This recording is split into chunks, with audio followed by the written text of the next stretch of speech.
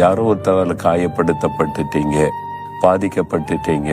ஆண்டவர் சொல்றாரு, நான் உனக்கு ஆரோக்கியம் வர பண்ணுவேன், உன் காயங்களை ஆற்றுவேன்.